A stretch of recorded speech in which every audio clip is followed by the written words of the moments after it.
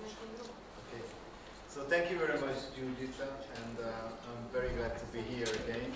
So I was in Belgrade many times and in Novi Sad as well. I don't know if I need it. Do I need it? Okay. So I think it should be. Do you hear me in the back? Yes. Okay. Good. So, and also thank you, Christoph, and all of the organizers to be here. And so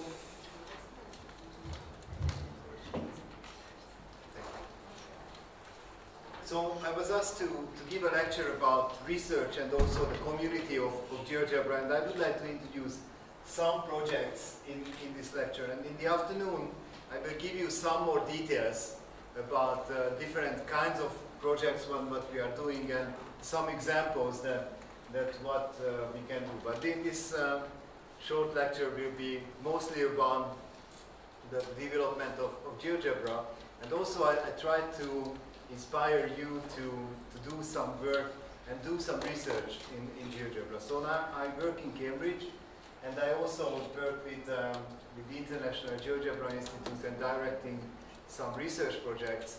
And now we are doing a project in Hungary called Geomatic, and I will show you some of the ideas of this Geomatic project.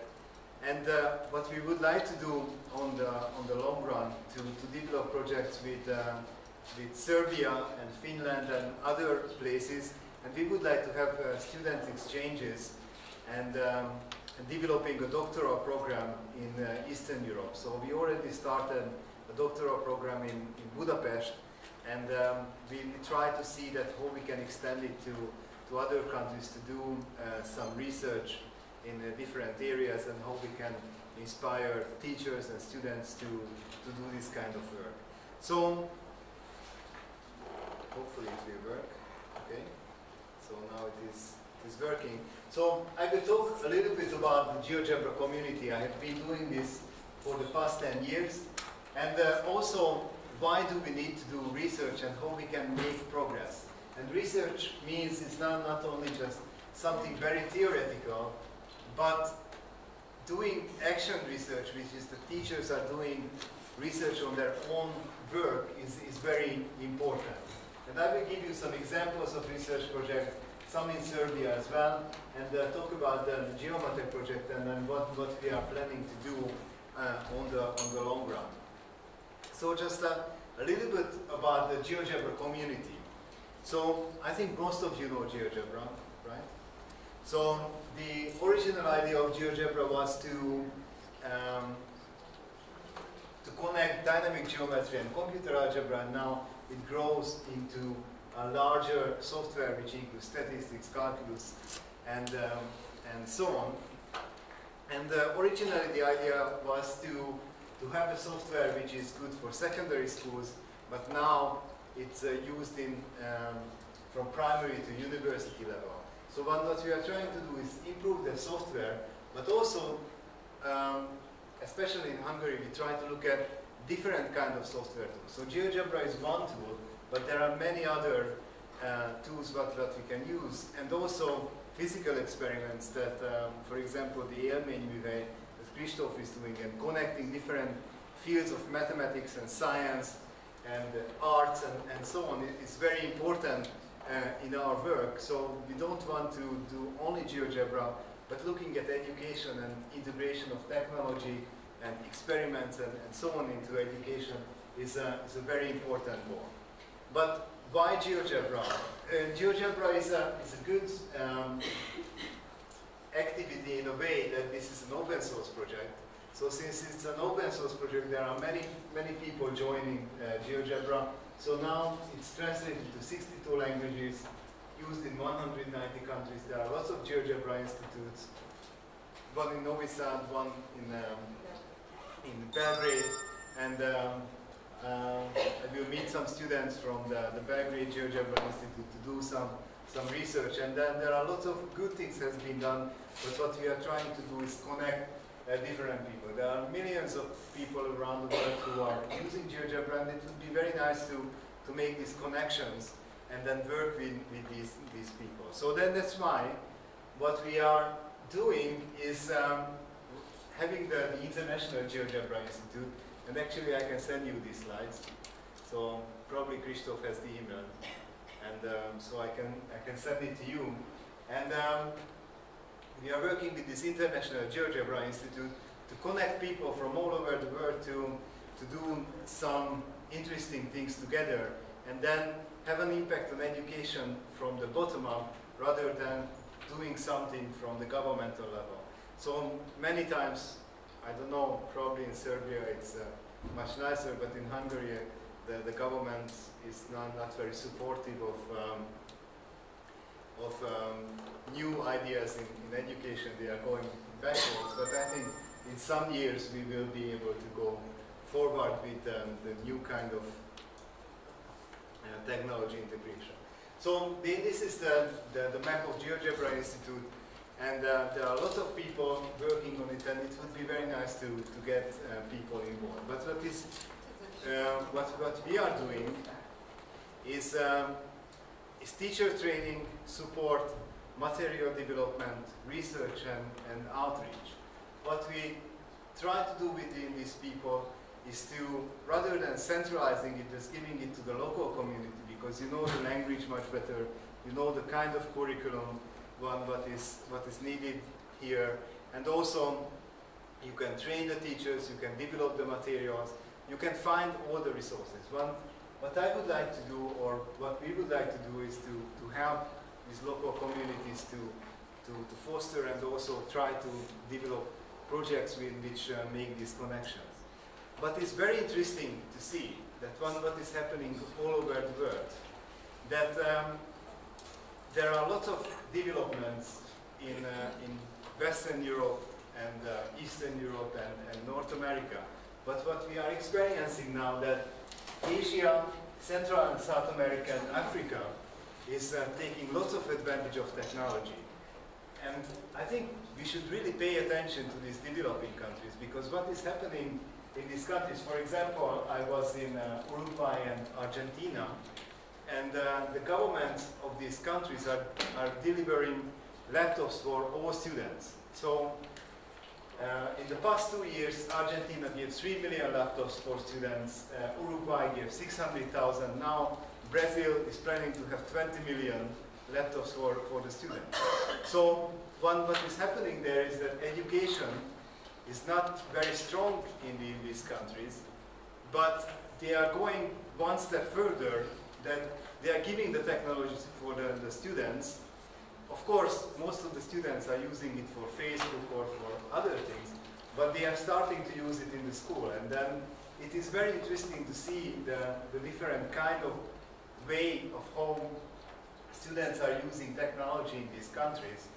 And I observed some of the classes and some of the uses of technology in these countries, and it's very interesting to compare the Western countries when we have reasonably good education, and then these countries where the students didn't really meet technology before, didn't really have a reasonably good education as well. So they are skipping this kind of education, and they are starting to use technology in a more creative way, rather than I will show some project what we did in Zambia, that schools in England or English students are using the technology to satisfy the curriculum and satisfy the needs what the teachers and what the education imposes to them. But many of these countries, they don't really have anything to impose on, because they didn't really have too good education, and they are just trying the technology, they are experimenting and looking at these technologies. So I think in the next probably 10-15 years, when innovation in education, probably we should look at these countries and see that how this is developing, and I think we can learn lots of things from these new developing countries, and see how it is working. Okay, so what we are trying to do now is that connect people. GeoGebra just become a very big community, and what we want to do is that doing local networks. So what we have now is the Nordic GeoGebra network. So people with similar kind of culture, similar languages, they are connecting with each other and then doing local and regional activities of these work. What is very interesting is Spain. So Spain has 17 regions and 17 different education systems. So then that means 17 ministries of education, 17 curriculum and so on. But they don't really talk with each other.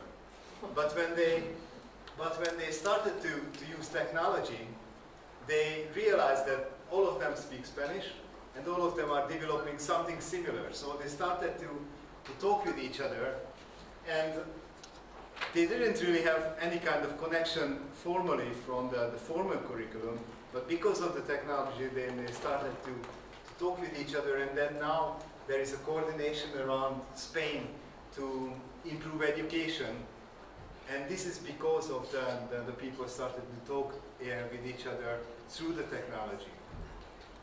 And this is very similar in South America. So South America is a very interesting place, and it's Spanish speaking or Portuguese in Brazil, but there is lots of activities. So the governments in South America are developing lots of resources for students, because they realize that education will be very important. And when you go to Asia or South America, education is the first priority most of the time. Last week I was in China, and they are doing lots of projects. And the scale what they do in China is that they have a pilot project with about 7,000 teachers and 500,000 students. So now they are scaling up from 3 regions to 10 regions, and they will have the next pilot project from 10 regions with about 4 million students. So it's a different kind of scale and different kind of activities, but it's very interesting to see. Same in Brazil. They have a student competition, and the student competition has 21 million students. So I think then that is quite interesting, just in mathematics. So I think we should pay attention to these kind of countries. So these are some of the activities of the network, and so for some reason my computer is very slow. We have lots of events. Jurgica mentioned that we already had several events in Serbia, and that we are planning to do this kind of work. So this is one of the events, and I'm very happy that this is being organized. And also making connection with the sharing. Probably all of you know GeoGebra Tube. So I just checked, there are close to 100,000 examples, so you can download lots of activities. But the problem with the GeoGebra Tube is that there are too many problems, right? So there are lots of good programs and there is lots of bad programs, right? So in that case, what we need to do is somehow make it teacher-friendly, because the teachers don't have time to search hours on GeoGebra Tube. So then that's why we started the project in Hungary to organize some of the high-quality materials from year 1 to year 12 into a system where you can find high-quality materials, and also you can take it, you can change it, you can develop. But I will talk about it now, but I will talk about it more in the afternoon as well. So, okay, so there are lots of textbooks. Probably you have some textbooks in Serbia as well.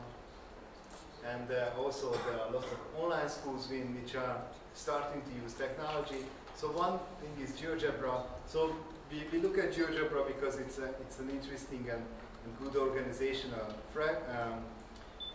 structure, but we would like to extend it to other kind of projects as well. So this is just in brief about the community and the things we might pay attention to. But I would like to give a little bit of introduction of research, that why do we need research? So we developed GeoGebra for the past probably 10 years or 12 years. And there is lots of people using it. But to go to the next step, we really need to engage that how to introduce it in the schools. So in the 1980s and 1990s, there were lots of promise that technology will become very quickly part of education. But probably you just noticed that it didn't happen, right? So the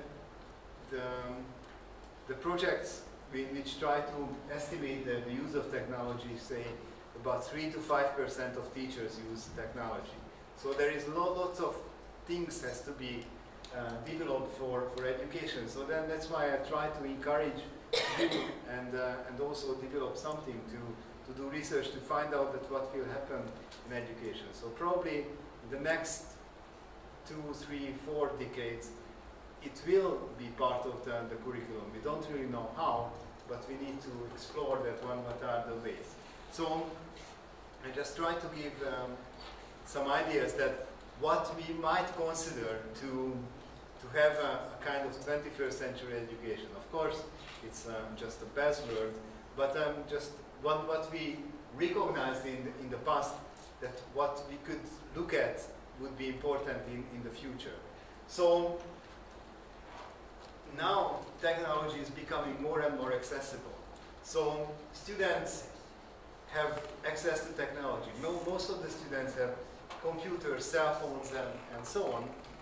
But what we don't really know is that what is the appropriate pedagogy and psychology. So there are lots of innovative projects and amazing applications, but there we don't have a system, and we don't have a systematic overview that what we can do. So what we could do in the next decades, and then based on the research what we have done, it's finding out a range of different kind of applications, what we can how we can introduce technology into education and look at the psychology. So Elon has talked about when to introduce symbols. It's very important. And also I have some colleagues working on neuroscience, then how the brain is reacting to images and so on. So there are lots of things what we need to do, that what is the pedagogy, the psychology, and then the methods what we can introduce in technology. And also looking at the good practices which is already done in many places.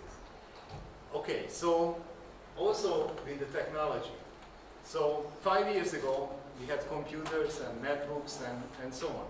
But now they are getting outdated. So now we have tablets, or smartphones and so on. We didn't really know that how it is happening, but now we need to reconsider. So GeoGebra was a software for tablet or for computers, but now most of the students have access for mobile phones. Some has access to tablets, and computers are getting a little bit out of it. And now we have a tablet application for GeoGebra, but designing activities and designing pedagogy for tablets is very different than for computers. So we really need to rethink that how the students will act with their fingers and not with the mouse. And then there are lots of things then that we need to consider with the change of technology. And that we don't really know that 5 years from now that what will be the technology. It's very likely that cell phones or mobile phones will be here, and then we might want to look at that, how we can introduce mobile phones. And in the afternoon I will show you some activities where we want to have the mobile phones and then do experiments with these mobile phones. But we don't really know. But what we can do is that put together a portfolio of ideas to see what to integrate in technology. And also, I talked about access. So in the past, access was a problem. Now there are less and less problems with access. So we work with this one laptop per child project. They are giving laptops in Costa Rica and in different Asian countries and so on. So access is getting to be more getting less to a problem. So I visited Plan Ceban in Uruguay, very interesting project, and also Conecta Liguada in Argentina. So they deliver these laptops. It's an enormous operation. They give 10,000 laptops a day. So they are registering all of these laptops, putting into big trucks, and then go to the schools and then give it to the students. It's a very big operation. But now they have about 17,000 math teachers who have no idea how to use the technology, so they have to train these teachers. And when the students get the laptops, all of them, GeoGebra and other software tools is included. So in that case, the students get to know the software than the teacher. So how can we deal with these kind of issues? And the other thing that I wanted to mention is the Orbit project in Zambia. So we got some laptops and then developed some materials for technology, and then just worked with some teachers in Zambia and in England. And what happened in Zambia, they didn't really have too much experience with technology, very low education on mathematics, but what they did is very creative. So it would be, so if you look at the website of Orbit, then you can see some videos that how creative they are compared to the English kids who are trying to, I don't know, satisfy the teachers and satisfy them the kind of education what they got in England. So these are some things then that we need to look at for accessibility. And also collaboration, which is now available, for example, GeoGebra Cube. There is lots of collaboration with teachers and students and so on. There is competition and so on. But I think this will be the future. So now, or in the past, we were restricted mostly to classrooms. But now I think things are opening up. And then what is the effect of this opening up to the world? And I think then that will bring in the online platforms and the social media. So many times I hear teachers complaining about students are on Facebook all the time, and then they are banning the mobile phones in schools, and then they don't have Wi-Fi and so on. But maybe this will be a future that how we can inspire students to talk about mathematics and science and technology on online platforms, and how we can develop these kind of online platforms. And the same, that we have the classroom. So many times this collaboration is happening within the classroom, but not outside of the classroom. So we might want to develop some kind of online collaboration for students and teachers, and then working on the same idea, same kind of problem. So I think then that is other things then that we need to consider and see how we can integrate. And also textbooks.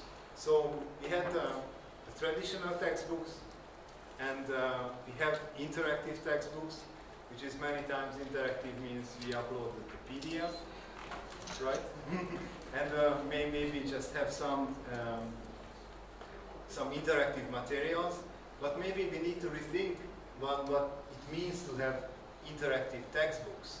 So in that case, we usually have one textbook, but why not every teacher have a textbook for their own students?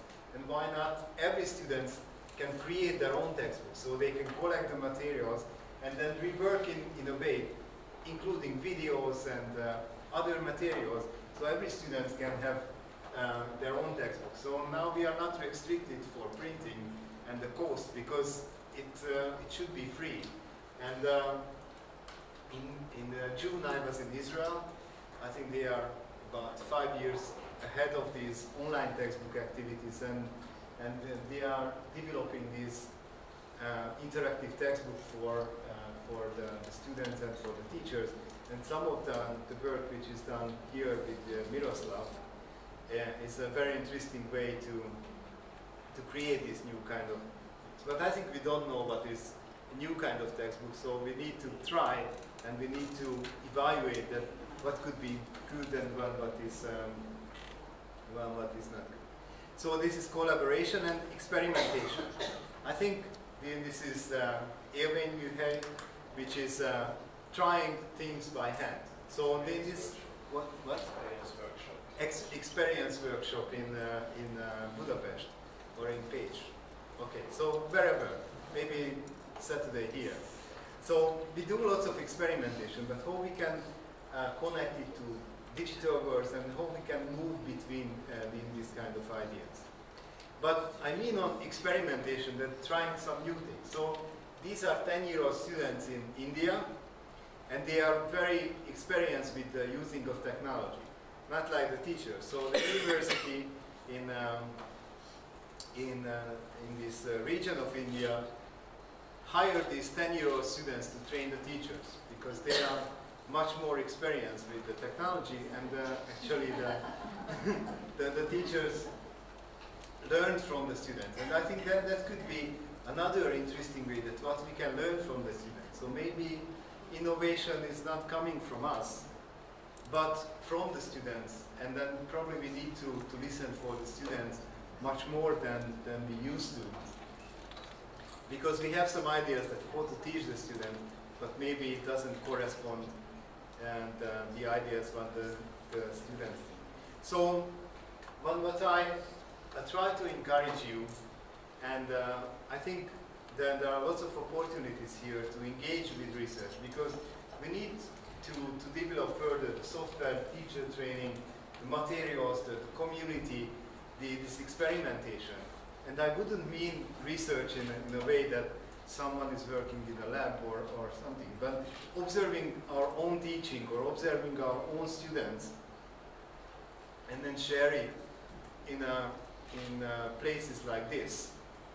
And how we can do this. I think in Finland there is lots of these teacher activities, which is research in a way that evaluating practice, evaluating some other practice as well. So what we try to do is coordinate the research and help the local people. And then I think Gyurgyisa is here, Christoph is here, and then other people are here. So you might be able to develop this kind of work, and then hopefully you can participate in different kind of projects.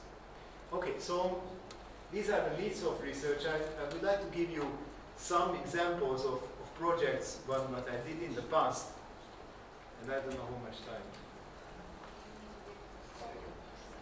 Okay, so just some examples of what kind of small projects could be done, and how it can build into a system of technology integration or any kind of new opportunities for pedagogy. So we did a project in Cambridge with the National Center for the Excellence in Teaching of Mathematics. What we tried to look at that, finding some teachers who are experienced with technology and how we can integrate technology into the classroom. So many times what we follow these teachers for 2 years, and many times what happens is that the technology integration is very slow, and we shouldn't force this technology integration. So many times what happens is that the use of technology is not the important factor, but the important factor is giving away the control in the classroom. Because if the teachers start to use the technology and the students are more experienced with the technology, then that means they are giving away some kind of control in the classroom. So what we found in this project, then we showed some examples of using technology, and then the teacher found some activities when they demonstrated something. So use the projector, show something for the students, very similar way as they would do it on the board, but they did it with the technology, and students enjoyed it and so on, and then the teacher gets more experience, so maybe they used it once in a term, and then they used twice, and so on. So we shouldn't force this kind of technology, but offering a range of resources which could be done. And then what we observed also, that when the teacher gets more familiar with the technology, they allow the students to control these interactive materials. So they created something either on the projector or on the computer to change something, so the students came and then they took over something, and then the teacher's role started to change. And then when the teacher became more familiar with the technology, they let the students creating their own files and then work within the classroom. So in that case, the role of the teacher started to change from giving information just to give a kind of orchestration in the classroom to inspire students to ask good questions. So in that case, students learned by themselves, and the teacher was there to facilitate the classroom. So I think this is one way to integrate technology, and then probably it could be good to have. The other project what I did is this open education research is for teacher education. So what we observed that there are lots of materials all around the world. So everyone is developing similar things, but there is no really connection between these things. So what we need to do is try to organize the ideas which is already there and put it somewhere, and then try to learn from this. So there is already lots of things available. So if you go to this website, you find lots of materials of this. And also we tried these materials in Zambia, and very interesting. So pay attention to developing countries, because then that probably will be very important in the future as well. So then this is connecting materials, but also connecting different kind of groups. So I'm part of this Cambridge Center for Innovation in Technological Education. So what happens that universities, schools, non-profit organizations, NGOs, companies, all of them want to improve education in some way, and then they go to schools. But there is a big chaos, because they have 2 schools for one company, and then another group has 10 schools, and then they do projects and so on, but they don't really know about each other. So what we try to do is try to connect all of these interests, because everyone wants to contribute something to education, but they are just going parallel in the same way. So we try to do these connections, and through STEMnet East, which is a kind of organization in East England, trying to connect the companies, the university, this non-profit organization, and then we try to develop some projects with the students. So we already had 100 students last summer to do projects in companies and the universities and so on. So they work high school students in different places and then develop very good resources. And the last one, oh no, I have 2 more. So the Mathematic project was in Germany and in Austria and the Czech Republic. So what happens is that technology integration usually happens with 1 or 2 innovative teachers. And then none of the other teachers using technology, or they start to learn from the other teachers. So what we try to look at what it means that the school embraces technology. So many times if there is an innovative teacher doing something good, and then the school is doing very well, and then the teacher moves to another school, then nothing left in the school. So what we can do, how to engage principals, how to engage the whole school environment, what kind of resources we need to give to these schools, and how to engage them in more innovative ways. So we try to find out that what it means that not only 1 or 2 teachers embrace technology, but the whole school, and how it could do it further. So probably we need a network of schools to support each other, because local initiatives are very good, but many times it just dies because there is no support and there is no connection. Okay, and the last one, in which you have it in Serbia by Miroslav Maric, and that is an online platform for activities. Digital, amazing number of activities, probably 12,000 and then another 12,000 is coming. So in that case, there is a resource bank for mathematical activities, and the teachers can use these activities and then follow the students that what they do, how many problems they are developing, and I think this is available, and then probably it's worth to use, and then collect all of these activities. The students can create their, or the teachers can create materials for the students, but probably you are familiar with this, right? Okay, so use it, because it's good. And then I think we need to build on some kind of interactive materials on this. So we try to see that how we can connect it and how we can make it further interesting. But this is quite unique in many countries. So I think it's very good to see that what you are doing here and what we are doing in Hungary is very well connected.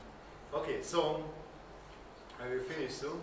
But I would like to talk a little bit about the Geomatic Project. So in this Geomatic Project in Hungary, we started in March, and we have some good people like Christoph is getting involved, and we would like to do this. So this is a quite large project, and we do material development, software development, pilot studies, teacher training, and lots of reach-out activities. And this is a large project by the EU. It's about 10 million euros, or $10 million,